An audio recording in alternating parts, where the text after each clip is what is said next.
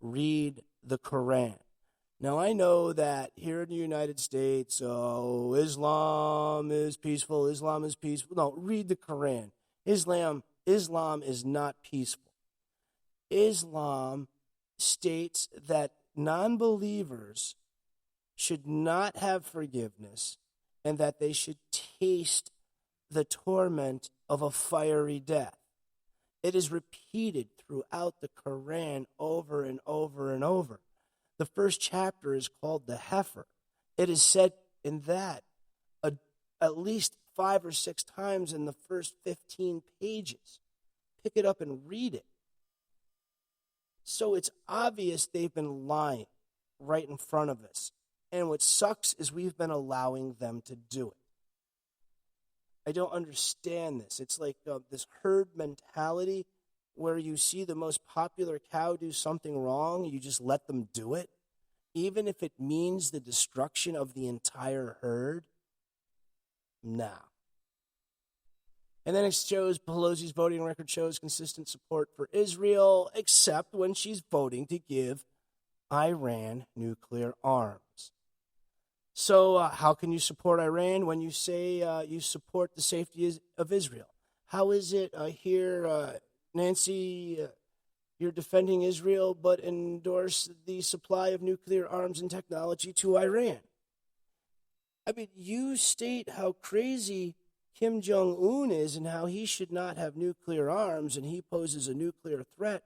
Well, so don't Iran. During 2006 Lebanon war, Pelosi voted in favor of Resolution 921. Seizure of Israeli soldiers by Hezbollah terrorists was an unprovoked attack. Pardon me. Get a little drink of water here. I've been yammering on and on. Boy, Pelosi's one of my favorite topics.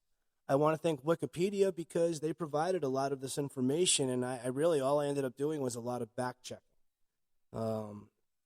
Wikipedia, I have to admit, though they have a collective from a number of different anonymous donators and influencers, their information is usually fairly accurate. Now, let's see, go down. Let's see, why does she help Iran get nuclear arms? If she cares about the well-being of Israel, which one is the lie? And that's just it. Which one is the lie? Do you care about Israel and hate Iran, or do you care about Iran and hate Israel? See, it's not a topic you can sit in the middle. You're not going to stand on that yellow line.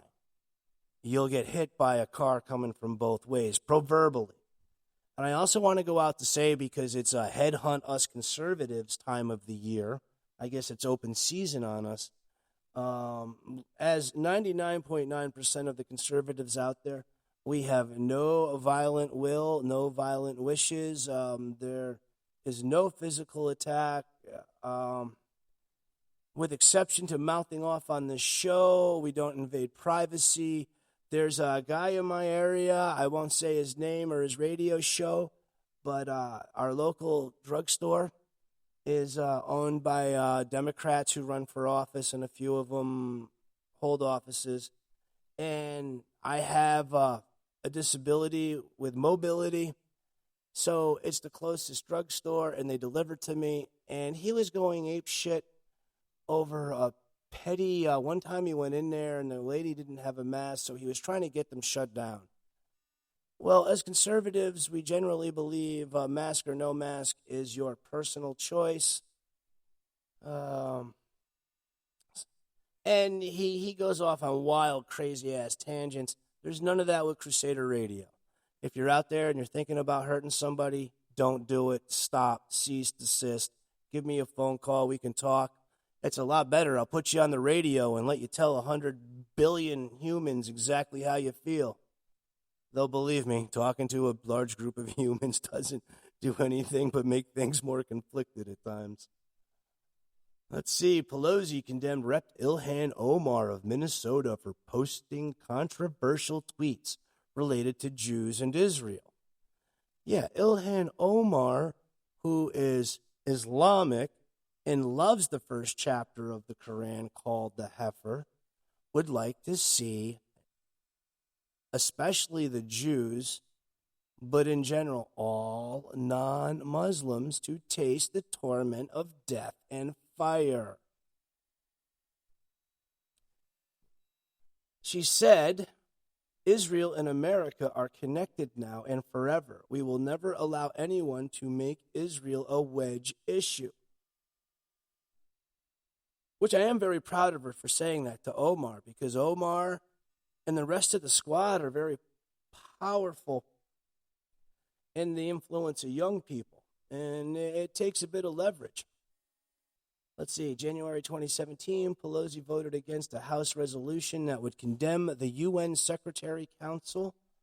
Resolution 2334, the UN Security Council resolution called Israeli settlement building in the occupied Palestinian territories in the West Bank a flagrant violation. And I got to agree with that. Even if it's the Jews, if you're marching out there into somebody else's country and calling it what are they calling it? Israeli settlement buildings. No. How would you like to come home and find someone else living there? They've moved your stuff out, moved their stuff in. They're calling it their new illegal alien settlement home. Oh, that's coming too. Oh, goodness. Wait till you guys hear me rant and rave over this horse shit about immigration that's about to happen with the grand entrance of POTUS Biden. I hope the pop filter works on this because I can't help but, just poop. Poop, poop, poop. I can't believe he's president. I really can't. Let's see. Jordan Valley, she said Israeli. And she goes on about Israeli annexation would undermine U.S. national security with other countries. Israel does have to stop trying to take over other countries, but then again, we have to stop giving other countries weapons that want to blow up Israel. North Korea. Nancy Pelosi is one of the few members of Congress to have traveled to North Korea. She has expressed concern about the danger of nuclear proliferation from North Korea and the ongoing problems of hunger and oppression imposed by that country's leadership. Russia, let's see, December 2017, Pelosi wrote a letter to Speaker Paul Ryan advocating for the continued House investigation into Russian interference in the 2016 election on the grounds that Americans deserve a comprehensive and fair investigation. Don't we deserve a comprehensive and fair investigation over the election today as well? Did the laws change? Do they only apply to one team? Did you guys cheat like hell and are trying to hide it? I mean, really, you guys are shady. The shady lefty, naughty lefty. Bad kitty, get your hand out of the cookie jar. You've taken too much. You've stolen too much. Stop the steal. I don't care which social media you're on. Hashtag stop the steal. STOP. Stop it. Let's see. Why did they blame Russia so intently? Because they needed an enemy to be the scapegoat. The added benefit of Russia, if they could have really done a better job at making Russia look like it interfered with U.S. elections, would have appealed to the older generation. It would have been like, I knew them old evil Soviets were trying to screw us over. Them Democrats and liberals are right. Well, though we do have to be wary from them SOBs, the way it was presented, the way the construct was presented in the mirror for us was a very poor performance. And again, you lefties should be ashamed. If you're a lefty, you should just look in that mirror and cry a little. And the whole reading of this is a point to make. And the point to make is this. She has flip-flopped on everything. Sometimes she's for helping Israel. Sometimes she's for doing this. And sometimes she's for doing that. Do you know why? Because she's always controlled by somebody else. Sometimes she's controlled by Obama. Sometimes she's controlled by Biden. Sometimes she's controlled by Soros. Sometimes she's controlled by her own greed and desire. What she has done to Donald Trump, current president and still unimpeached, is shameful. He lost the election. You won't even let him leave the building in peace. Since the day he stepped into office, you are so angry and jealous. You are a duplicitous, nefarious, cheating, thieving, selfish politician, mother. I don't even know. Yeah, you do have kids. You got 5 kids. Mother, grandmother, aunt, uncle, brother, sister. You're rotten to the core. You have no humane feelings for others. You have no ability for forgiveness, Nancy. All you want to do is punish Donald Trump for beating Hillary Clinton. Shame on you. Not only are you a poor loser, you guys, you especially, and the rest of your lefty team are the worst losers ever born in history. Again, bad lefty. Go to your room. Think about it for a while. Well, it looks like I got to start wrapping up. I've got 3.5 minutes left. We're going the full 45 minutes tonight, aren't we? Oh, yes, we are. Oh, goodness, goodness, goodness. What can we leave you off with tonight? Let's pull up some good words. What can we do? I've said all I can say. What I've made a point of tonight about Pelosi is always that I keep saying there's a dark figure behind her, Schumer, and the rest of them. They flip-flop, they go here, they go there, they're on puppet strings. Who is this hidden leader that they keep us from knowing about? I hate to say it, this is very much like Star Wars. Very much like Star Wars.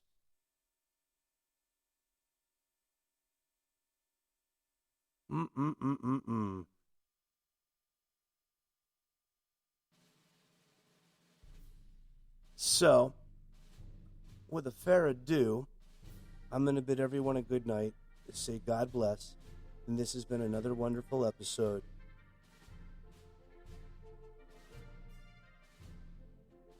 of Crusader Talk Radio and Podcast. This is one of my favorites after Obama had taken office. This lady is awesome. Dear President Obama, we, the people, have stated resolutely, we reject your vision. So let's imagine in our minds, he hasn't even taken office yet, and this is for soon-to-be President Joe Biden. Across America, resisting your efforts to subvert our Constitution and undermine our liberty. You claim you have not seen us. Since you have not acknowledged our message, let us here present it once more. For if, as President Wilson said, a leader's ear must ring with the voices of the people, the time has come. Our greatest treasure is freedom, the absence of restraints on our ability to think and to act. The corollary of freedom is individual responsibility. We believe in the power of the individual. A few years ago, President Bush said, "History moves toward freedom because the desire for freedom is written in every human heart." Let us add that we will preserve it only as long as devotion to freedom is expressed in the heart of our actions. When President Lincoln dedicated Gettysburg National Cemetery, he declared, "It is for us, the living, to be dedicated here to the unfinished work which they who fought here have thus so nobly advanced." That unfinished cause for which our soldiers willingly go to battle and for which so many have given their lives is a free United States of America. It has been nearly 150 years, and the work President Lincoln spoke of is not finished. In fact, that work will never be finished. Freedom is the capacity for self-determination. It is not an entity, but a condition, and conditions change. Freedom can expand, yet so can it